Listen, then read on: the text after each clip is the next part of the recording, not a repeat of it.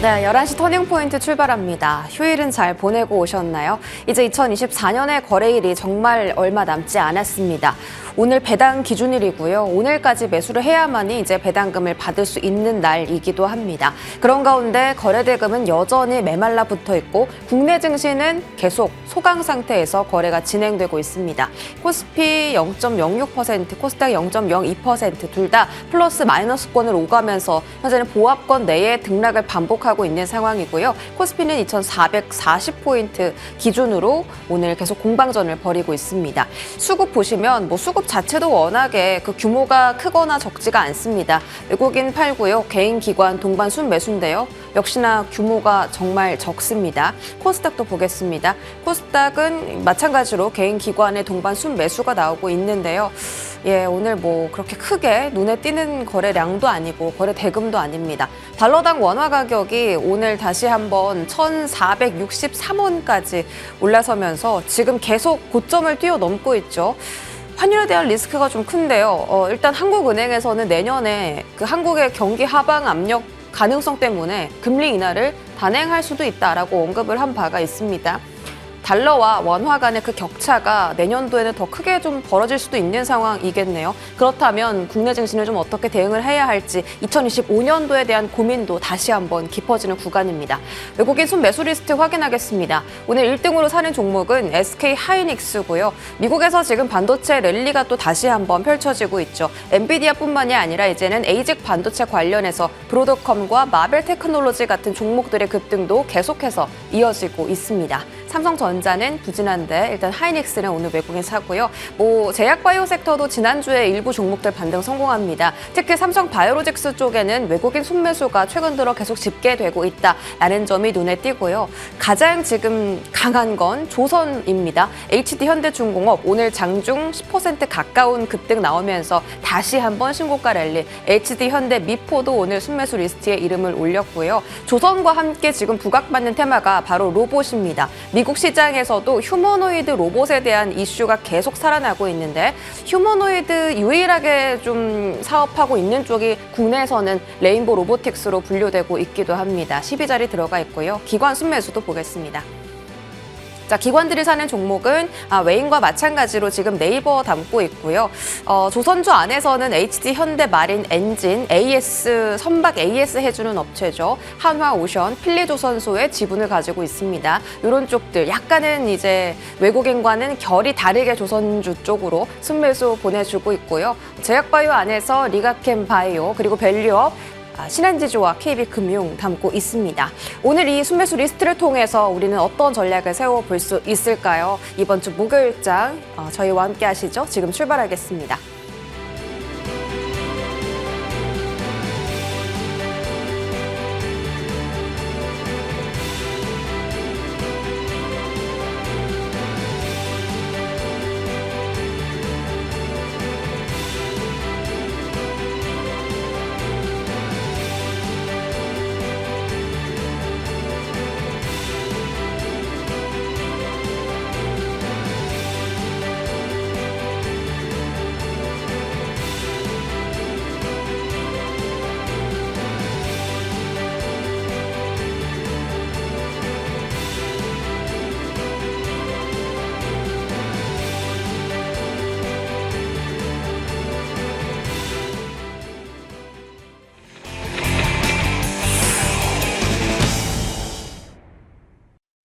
네, 오늘 짱탑10은 한국투자증권 이프렌드예요. 김민진 차장 함께하겠습니다. 어서 오세요.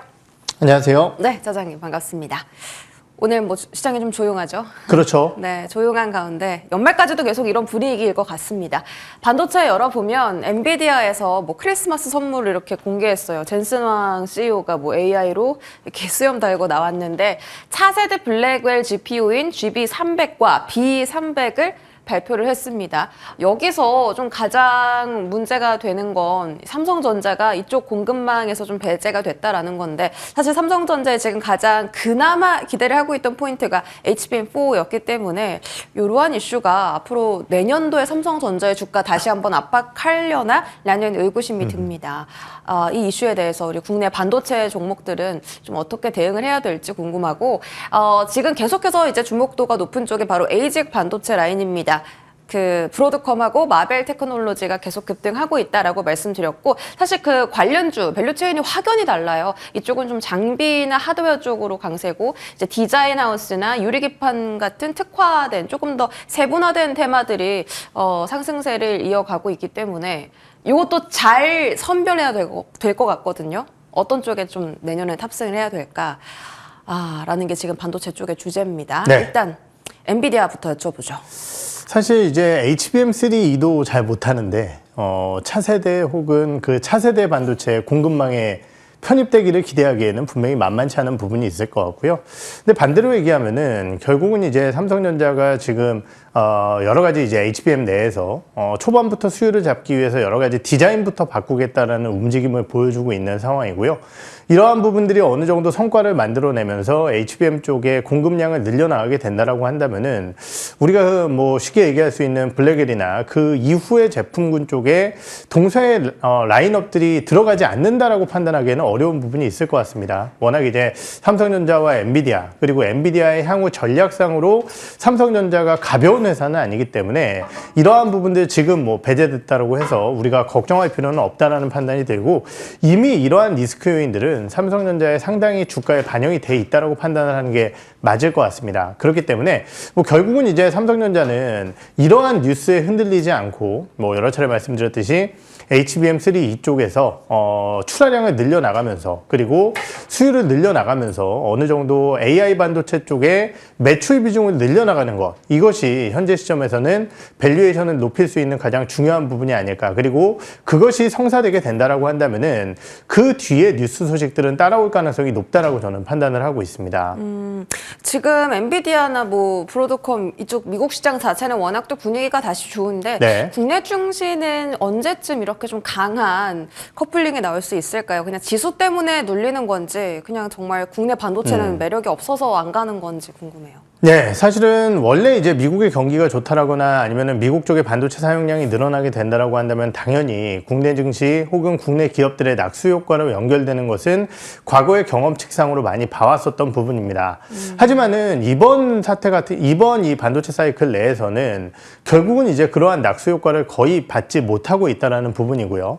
그 내용은 결국은 이제 미국의 반도체 섹터의 상승은 AI 쪽에 집중되고 있다는 것이고, 이 AI 쪽에 집중된 반도체 사용은 거의 미국 반도체, 즉 미국의 플랫폼 기업들 쪽의 수요의 확대와 함께 나타나고 있다는 것이기 때문에 사실 이러한 부분들을 바탕으로 국내 기업들의 낙수 효과를 판단하기가 만만치 않다는 점은 과거부터 좀 말씀을 드렸었던 내용인 것 같습니다. 사실 최근에 국내 반도체 기업들의 주가가 부진한 요소는 이 부분뿐만이 아니라 환율 효과까지도 더해진다라고 볼 수 있을 것 같은데, 과거에는 결국 환율이 올라갔을 때 우리나라 수출 기업들, 특히 반도체와 자동차 기업들의 상승 효과가 상당 부분 두드러졌다라고 한다면은 업황이 다운턴으로 전환되는 상황 속에서 실적의 효과를 기대하기가 어렵다라는 측면이 국내 반도체 기업들의 오히려 수급 악화로 나타나고 있는 것이 아닌가라는 판단이 듭니다.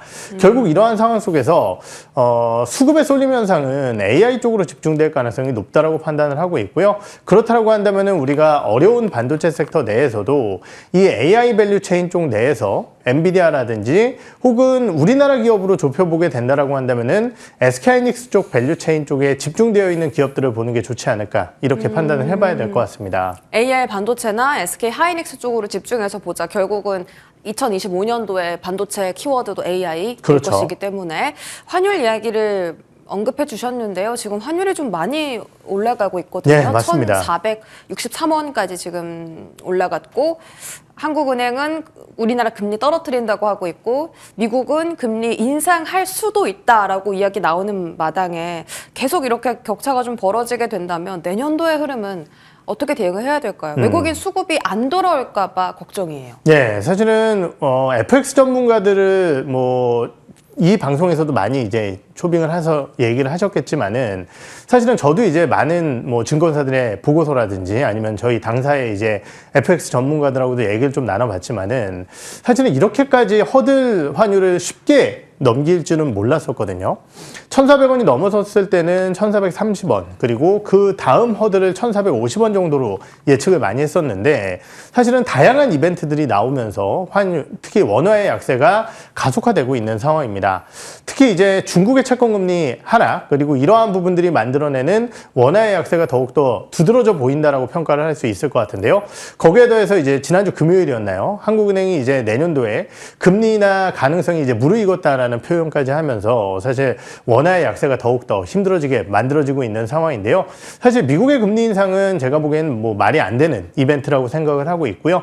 결국은 이제 미국의 내년도 금리나 속도에 대한 우려감일 것 같은데, 아직까지 이제 희망을 버리지는 않고 있는 것 같습니다.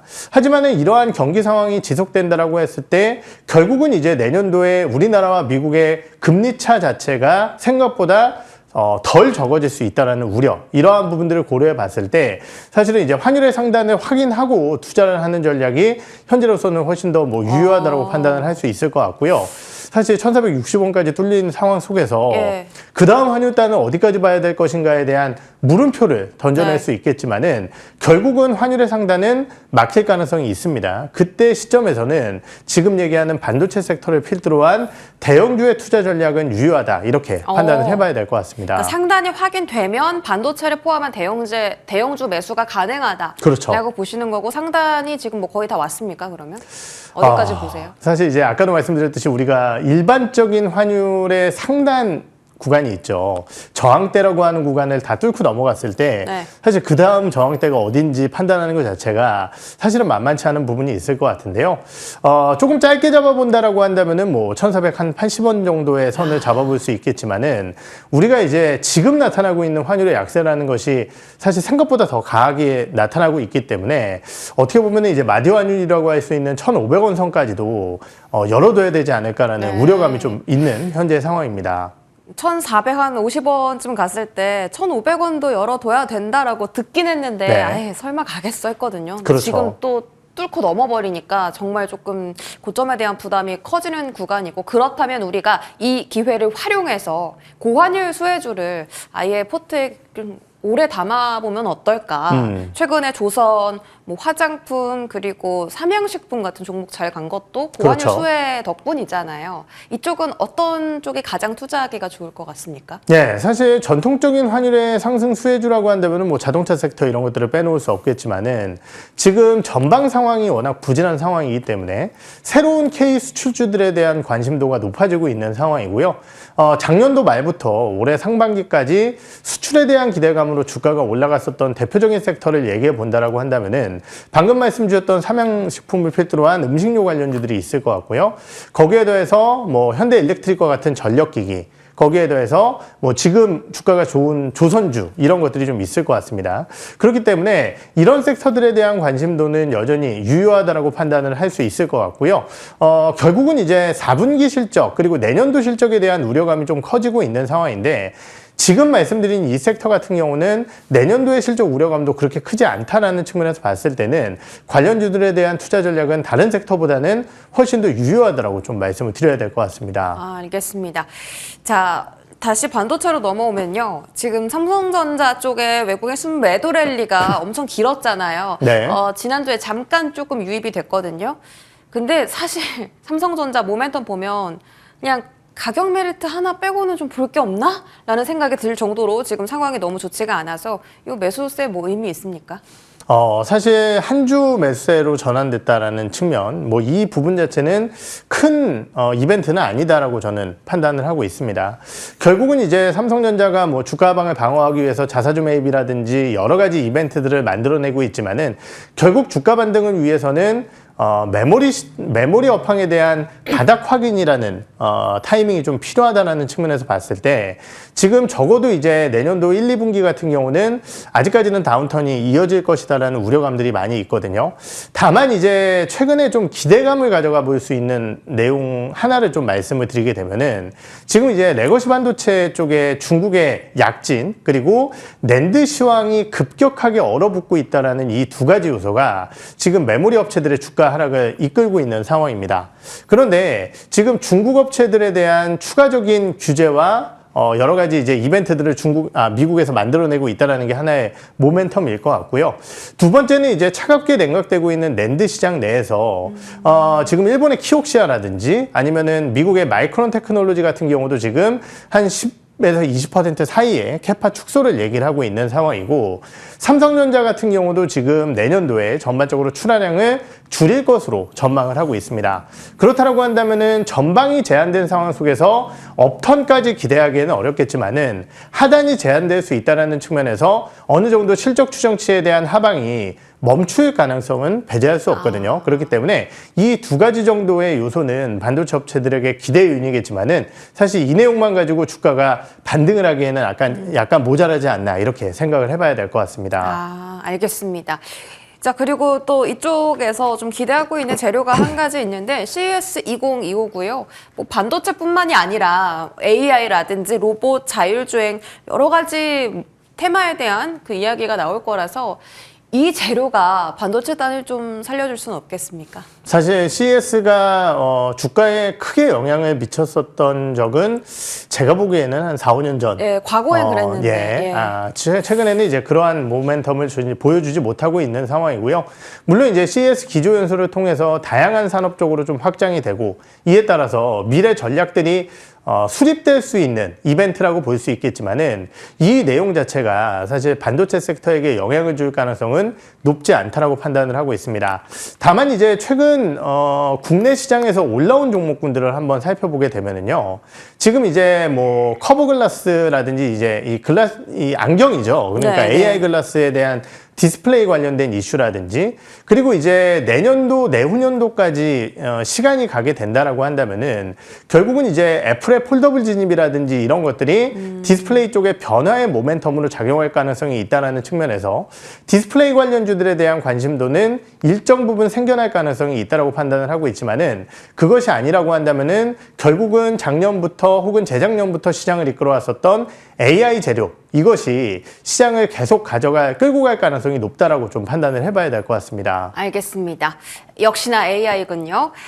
디스플레이 주목받을 가능성 일부 있긴 하지만 폴더블 이야기 나와야 하고, 자, CES는 그렇게 큰 영향을 주진 않을 것 같다라는 판단 주셨습니다. 지금 11시쯤부터요, 그 AI 소프트웨어 종목들이 좀 움직였거든요. 지금 다시 떨어지긴 하는데, 네. 마음 AI가 갑자기 상한가 갔었고, 뭐 플라리스나 이스트 소프트가 장중 또 두 자릿대 상승 기록을 했습니다. 오픈 AI 이야기도 있고, 그 마음 AI가 여러 그 기업들이 참여한 가운데서 최우수 논문상을 네. 받았다라고 하던데, AI 소프트웨어주는 추세가 괜찮은 것 같아요. 상승세가 의외로 생각보다 오래 가요. 사실 그만큼 이제 주가가 많이 빠지다 보니까 네. 최근 이제 업종의 순환매 이러한 측면에서 사실 굉장히 오랫동안 빠졌었던 기업들이 그래도 바닥에서 한 20, 30%, 30, 40% 정도의 회복력을 보여주고 있는 것은 시장의 분위기라고 좀 판단을 해봐야 될 것 같고요. 실제적으로 이제 미국 같은 경우는 지금 AI를 활용한 플랫폼 관련 기업들이라든지 이런 것들을 통해서 실적을 긍정적으로 전환시켜주는 기업들이 굉장히 많은 상황입니다. 그렇기 때문에 사실은 미국의 AI 관련 기업들 같은 경우는 주가가 상당히 좋은 모습을 보였었다라고 한다면은, 우리나라 같은 경우는 아무래도 이제 AI 소프트웨어 관련 기업들이 그만한 실적 모멘텀 자체가 떨어지기 때문에 주가가 많이 빠졌었고, 이제야 회복을 하는 것이 아닌가라는 판단이 드는데, 여전히 실적에 대한 연속성과 주가 상승에 대한 연속성에 대해서는 고민이 좀 필요하지 않을까 이런 생각이 들기도 합니다. 국내에 이제 AI 관련주 중에서 그래도 뭐 LLM이라든지 아니면 플랫폼 쪽에서 성과를 보여주는, 실적적인 성과를 보여주는 기업이 없는 것은 아니에요. 대표적으로 뭐 더존비존이라든지 방금 얘기했었던 이스트 소프트나 한글과 컴퓨터 이런 기업들 같은 경우는 그래도 이제 AI의 접목과 함께 실적을 성장시킬 수 있는 기업이라고 판단을 하지만은, 그 외의 기업들 같은 경우는 아직까지는 이제 모멘텀이 약하기 때문에 뉴스 모멘텀을 바탕으로 한 단기적인 테마 집중 전략, 이런 것들이 현재로서는 조금 더 유효하지 않을까 이렇게 판단을 하고 있습니다. 네, 알겠습니다.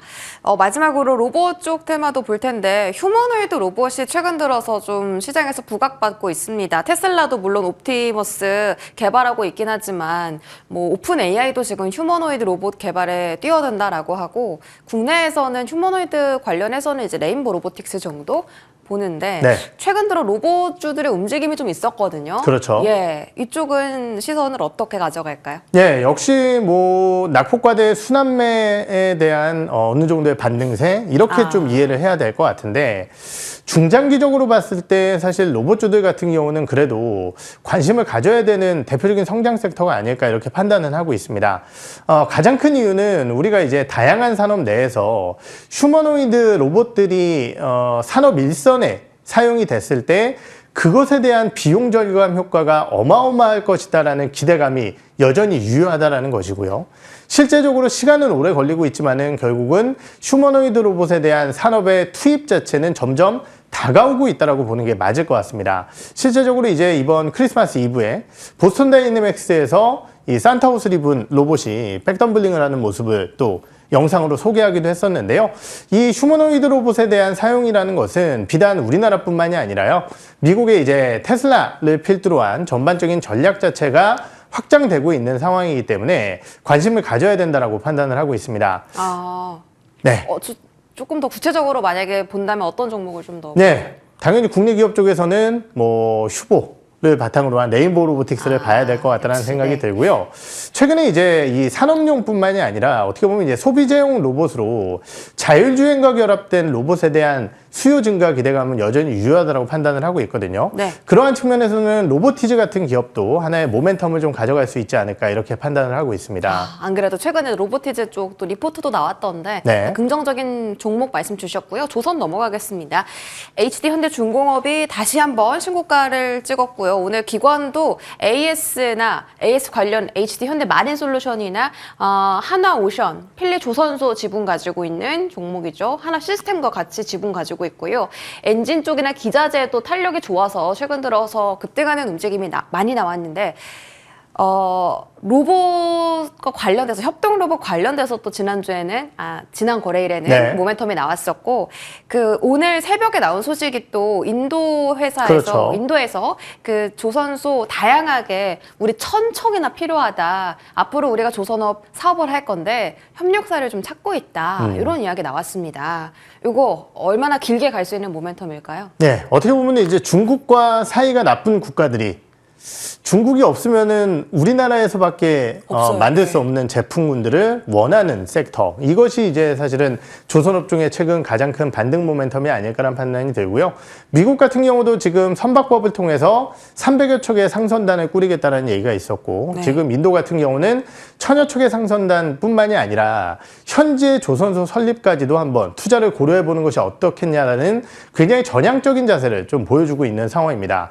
그러한 측면에서 봤을 때는 당연히 국내 조선 3사들에 대한 기대 요인 자체는 단기적으로 올라올 수 있을 만한 실적뿐만이 아니라요.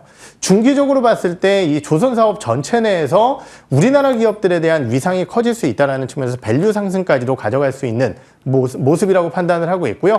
거기에 더해서 최근 환율 효과라든지 이런 것들을 더해본다라고 한다면은 현재 시점에서는 안정적인 투자 대안이 될 수 있을 만한 대표적인 섹터가 아닐까라는 판단이 드는데요. 사실 이제 HD현대중공업이 시가총액 10위권까지 올라오면서 시가총액이 이제 너무 불어난 부분이 있습니다. 그렇다라고 한다면은 그냥 절대적으로 이제 내년도의 실적 성장률로 봤을 때는 HD현대 미포 같은 기업들의 내년도 실적 성장률이 좋을 것으로 전망이 되고 있기 때문에 이런 기업들도 한번 관심 있게 지켜보시는 것이 좋으실 것 같습니다. HD 현대 미포 매수 괜찮다.